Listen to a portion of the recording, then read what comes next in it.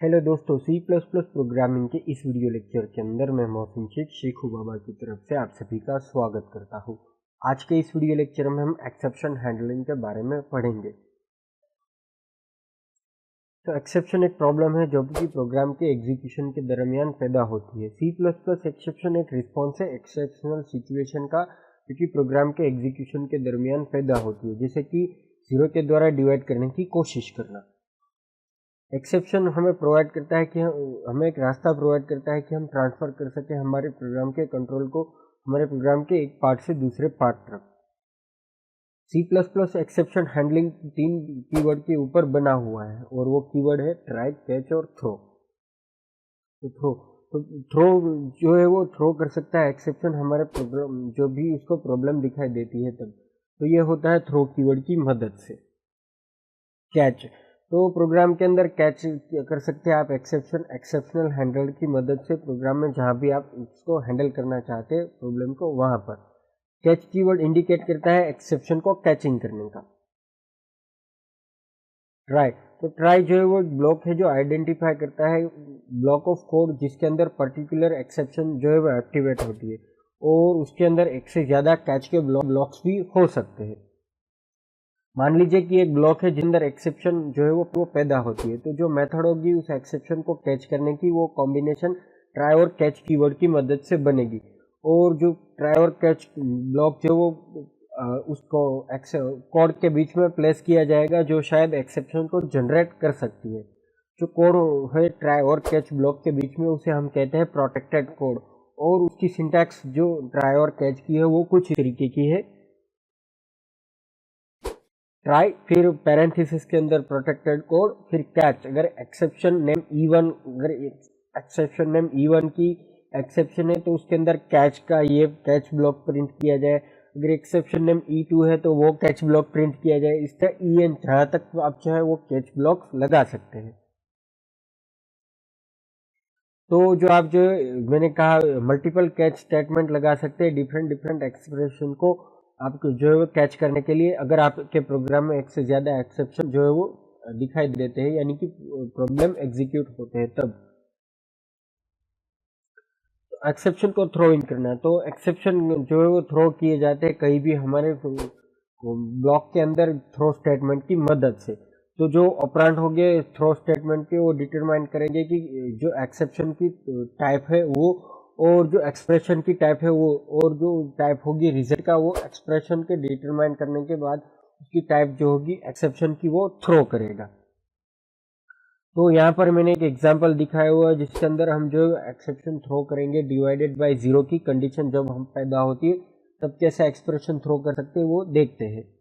तो यहाँ पर मैंने पहले एक डबल डिवीजन नाम का फंक्शन डिक्लेयर कर दिया जिसके अंदर दो पैरामीटर्स रख दिए, इंटीजर a और इंटीजर b।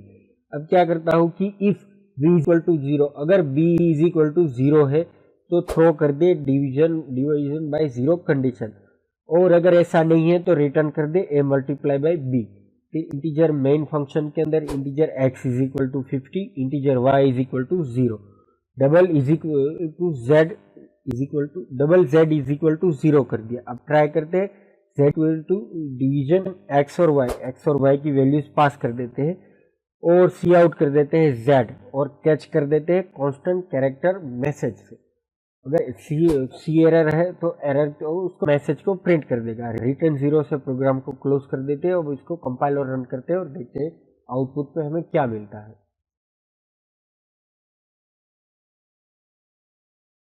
तो देख सकते हैं कि डिवीजन बाय 0 कंडीशन यहाँ पर हमने जो हमारे थ्रो स्टेटमेंट में रखा हुआ है वो हमें यहाँ पर प्रिंट में मिल गया। अगर मान लीजिए कि यहाँ पर 10 कर देता हूँ, सॉरी 1 कर देता हूँ और रन करता हूँ प्रोग्राम को, तो देखिए यहाँ पर मुझे जो डिवीजन मिल रहा है 50 डिवीजन बाय 1, तो 50 मुझे यहाँ पर आसानी से मिल रहा है।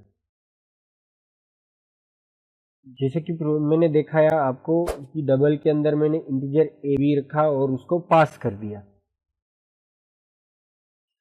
तो जो कैच ब्लॉक है ट्राई ब्लॉक के वो कैच कर सकता है कोई भी एक्सेप्शन, जो आप स्पेसिफाई कर सकते हैं कि किस तरीके के एक्सेप्शन जो है वो कैच करेगा और डिटरमाइन करेगा एक्सेप्शन डिक्लेरेशन, जो कि पैरेंथेसिस के बीच में अपीयर होता है कैच कीवर्ड के, जैसे कि try protected code catch exception name e. तो यहाँ पर जो एक्सेप्शन नेम ई है वो जो एक्सेप्शन है वो कैच ब्लॉक में उसी के एक्सेप्शन को जो है वो कैच करेगा।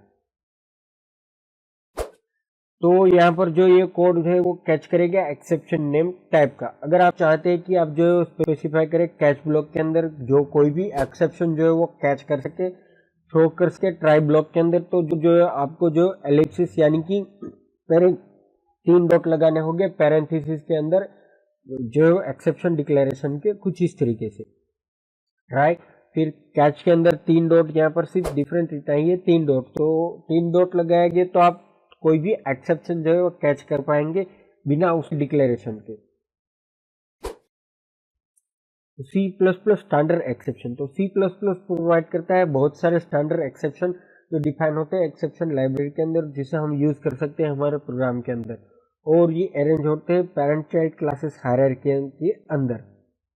स्टैंडर्ड एक्सेप्शन उसके अंदर पहला है स्टैंडर्ड बैड अलोकेशन, फिर स्टैंडर्ड बैड कास्ट, फिर स्टैंडर्ड बैड टाइप आईडी, फिर standard bad exception, standard logic failure, तो उसके अंदर भी है standard domain error, standard invalid argument, standard length error और standard out of range error. फिर उसके बाद आते हैं स्टैंडर्ड रन टाइम एरर, तो उसके अंदर भी है standard overflow error, standard range error और स्टैंडर्ड अंडरफ्लो एरर। तो स्टैंडर्ड एक्सेप्शन, तो ये एक्सेप्शन है पेरेंट क्लास जो C++ के एक्सेप्शन क्लास का। फिर स्टैंडर्ड बैड एलोकेशन, तो ये थ्रो किया जाता है न्यू कीवर्ड की मदद से। बैड कास्ट, तो ये जो थ्रो किया जाता है डायनेमिक कास्ट के दौरान। बैड एक्सेप्शन, तो ये यूजफुल होता है अनएक्सपेक्टेड एक्सेप्शन हैंडल करने के लिए C++ प्रोग्राम में। फिर बैड टाइप आईडी, तो ये टाइप आईडी के द्वारा थ्रो किया जाता है। लॉजिक एरर, तो बेसिकली उसको लॉजिक एरर हमारे कोड के अंदर समझ सकते हैं। डोमेन एरर, तो ये डोमेन मैथमेटिकली डोमेन एरर है। फिर आता है इनवैलिड आर्ग्यूमेंट, तो कोई भी आर्ग्यूमेंट इनवैलिड होगा तब ये एरर जो है वो शो करेगा। फिर लेंथ एरर, तो लेंथ बड़ी है तो वो एरर होगी। फिर आउट ऑफ रेंज, रेंज से बाहर होगा तो वो एरर होगी। फिर रन टाइम एरर, तो रन टाइम कोई भी थियरिटिकली कोड के अंदर एरर होगी तो होगी। ओवरफ्लो, तो अगर मैथमेटिकली ओवरफ्लो होगा तो एरर होगी। रेंज एरर, तो फिर अगर वैल्यू रेंज से बाहर होगी तो वो एरर। और अंडरफ्लो, अगर वैल्यू जिस तरीके की वैल्यू चाहिए उससे अगर छोटी हो जितनी चाहिए उससे, तो रेंज अंडरफ्लो एरर होगी। तो डिफाइन न्यू एक्सेप्शन, तो जो आप डिफाइन कर सकते हैं खुद के एक्सेप्शन क्लास जो है वो एक्सेप्शन क्लासेस की फंक्शनैलिटी को इनहेरिटेंट और ओवरराइडिंग करके। तो इस एग्जांपल के अंदर जहां पर मैंने दिखाया हुआ स्टैंडर्ड एक्सेप्शन क्लास को इंप्लीमेंट करके मेरी खुद की एक्सेप्शन डिक्लेयर की हुई है, तो चलिए उसे देखते हैं। तो देखिए यहाँ पर मैंने क्या किया कि पहले मेरा एक स्ट्रक्चर बना लिया माई एक्सेप्शन और उसके अंदर पब्लिकली एक्सेप्शन को जोड़ दिया। अब क्या किया कि कांस्टेंट कैरेक्टर, फिर व्हाट कांस्टेंट थ्रो और रिटर्न C++ एक्सेप्शन, उसके अंदर रिटर्न कर दिया फंक्शन के अंदर C++ एक्सेप्शन। अब ट्राई किया मेन ब्लॉक के अंदर, ट्राई किया थ्रो किया माई एक्सेप्शन, कैच किया माई एक्सेप्शन ई, और उसके अंदर जो है वो स्टैंडर्ड आउटपुट कर दे दिया माई एक्सेप्शन काउच और ई डॉट वॉट। तो ई डॉट के अंदर जो भी होगा वो प्रिंट करेगा। फिर कैच के अंदर दोबारा कैच करवा दिया और प्रोग्राम को क्लोज कर दिया। अब चलिए इस प्रोग्राम को रन करते हैं और आउटपुट देखते हैं। तो आप देख सकते हैं माई एक्सेप्शन काउच, तो यहाँ पर देख सकते हैं माई एक्सेप्शन काउच और C++ एक्सेप्शन, C++ एक्सेप्शन दोनों यहाँ पर एग्जीक्यूट हो रहे हैं। तो यहाँ पर जो मैंने क्या किया कि पब्लिकली एक बॉट नाम का एक पब्लिक मेथड प्रोवाइड कर दी एक्सेप्शन क्लास से, और उसको जो है ओवरराइड कर दिया चाइल्ड एक्सेप्शन क्लासेस से। तो ये रिटर्न करेगा हमारे जो भी एक्सेप्शन का जो रीजन होगा वो। तो दोस्तों ये था मेरा वीडियो लेक्चर एक्सेप्शन हैंडलिंग के ऊपर। अगर आपने अभी तक हमें सब्सक्राइब नहीं किया है तो हमें सब्सक्राइब कर ले। इसके अलावा अगर आपको ये वीडियो लेक्चर अच्छा लगा तो आप हमें लाइक दीजिए, और अगर आपको कोई क्वेश्चन है तो आप नीचे कमेंट में पूछ सकते हैं।